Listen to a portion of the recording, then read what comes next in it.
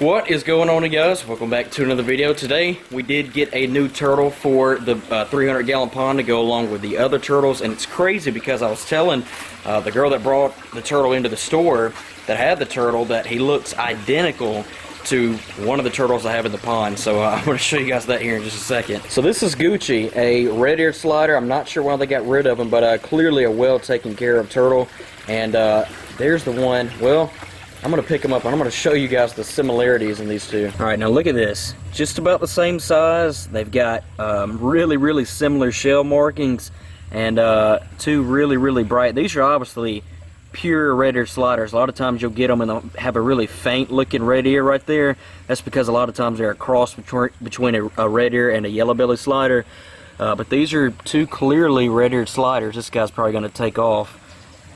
And oh my gosh, look at that. Way in the shell. I'm going to set this guy back in here for now, but yeah, check it out. Pond is now back crystal clear. That's because I do have a new filter on it, and it looks great again. So I'm going to set this guy on the basking rock and let him kind of go in it when he wants to, but this will be the fourth and what I plan on being the final turtle in this pond. So I don't plan to add any more unless it's something like this where, you know, somebody's giving the turtle away. That is another one right there. That's a yellow belly slider, and so is that guy right there. And look at that.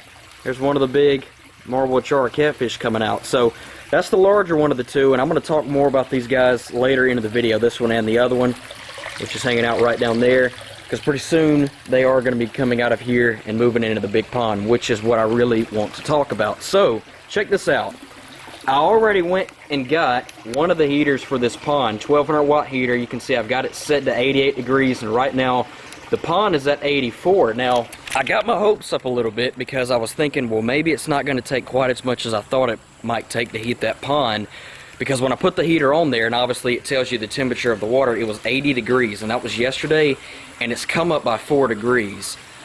I don't think that's the heater that's really doing that. I think what's happening is because the highs in the afternoon are still getting in the upper 80s, low 90s, I think what's happening is that slight amount of more heating that's going on in the pond is kind of complementing the natural heating outside, and that slight amount of more heating in the pond is raising the temperature by a few degrees. So if that makes any sense, I think that's what's going on. But obviously once it starts to get colder and colder outside, which really in the next 2 months or so is when that's really going to start to happen. So right now it's still really warm outside, but when it does start to get kind of cold outside, it's definitely going to take more than one 1200 watt heater. But I just wanted to go ahead and kind of introduce one of them on here to see what would kind of happen, and right now something's definitely happening, and 88 degrees is definitely not as high as I can set that heater. So the fish are all doing good. You can see there's the big Oscar right there. I'm going to bring the bass over here real quick.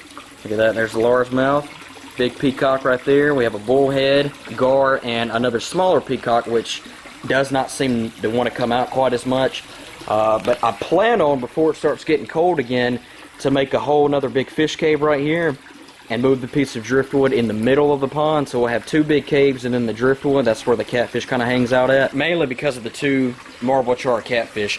So basically I plan on moving them out of the 300 gallon and into the 800 gallon by the end of October. Usually sometime around the end of October, early part of November is when the lows at night start to get between the low 50s and the mid 50s, and that's just about cold enough to drop the temperatures of these ponds out of a tropical temperature range, which we cannot have happen with these tropical fish. So once I move those two guys out of this pond and the pleco into here, that will make everything in here cold water. So nothing in here is going to need a heater. The mosquito fish, the goldfish, the koi, the turtles, none of them are going to need a heater. But what I do plan on doing is getting an extra 1200 watt heater and putting it on this pond, basically as a backup heater for this pond in case it got super cold one night and I needed the extra heater and the other ones weren't really giving out enough output to heat the pond. But also that way it'll keep this smaller pond from getting like really cold, because in the winter time, even though these are cold water fish and they can survive the cold,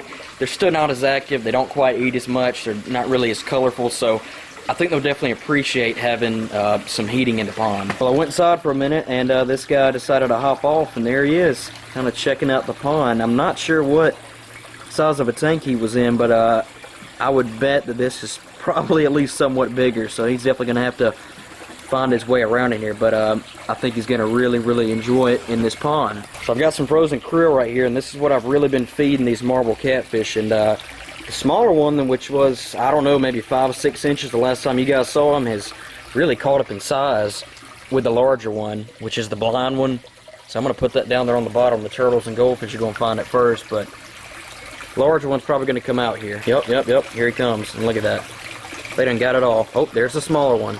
So you can see how much that one has grown, and it is hard to tell on camera, but I can tell you for certain that one has close to doubled in size. So I'm hoping that by the end of October, that guy right there, I'm pretty positive this guy will hopefully be around 8.5, 9 inches at the least, because I think that's about how big they need to be before I feel comfortable with putting them in there. So this is the smallest turtle in here, and he is definitely the most personal one. Will easily come up to you, but the other ones will as well, but this guy's usually the first to the food.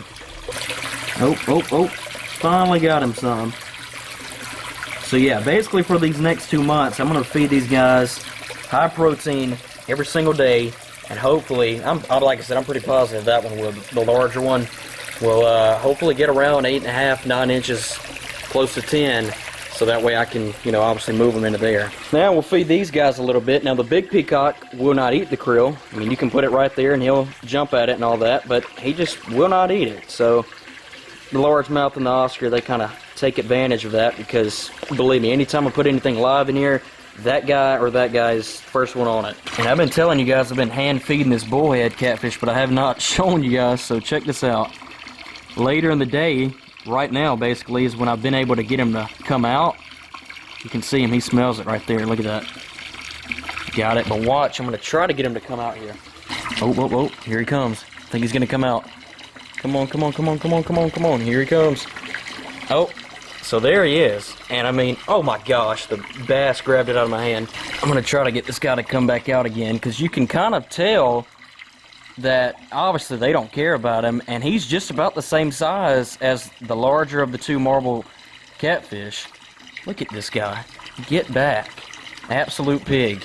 But that makes me feel pretty comfortable about putting the 2 marble catfish in here, since he's about the same size and they don't pay any attention to him. So let's see him come out and get that last piece right there. And another thing, by the time I put the 2 marble catfish in here, I'll have another big fish cave right here, and I'll have the piece of driftwood in the middle of the pond as well. So they will have their own kind of designated hiding area. Here, I'm just going to give him this last piece. Come on out. And he got it. I'll let you guys know more and more about how I plan to kind of heat this pond, because there's a lot of factors that are going to kind of go into this, and a lot of things that I'm kind of concerned about in a way. Because, previous years, the largest pond I've had to heat was this one right here. And I call it a 300-gallon pond because that's its capacity, but I've only got 225 in there, maybe at the most. So obviously what it took to heat that pond is not what it's going to take to heat the big pond. So thank you guys for watching as always. If you guys did enjoy the video, please be sure to give it a like down below. Hit that subscribe button if you guys are new to the channel. And with that being said, catch you guys in the next video. Peace.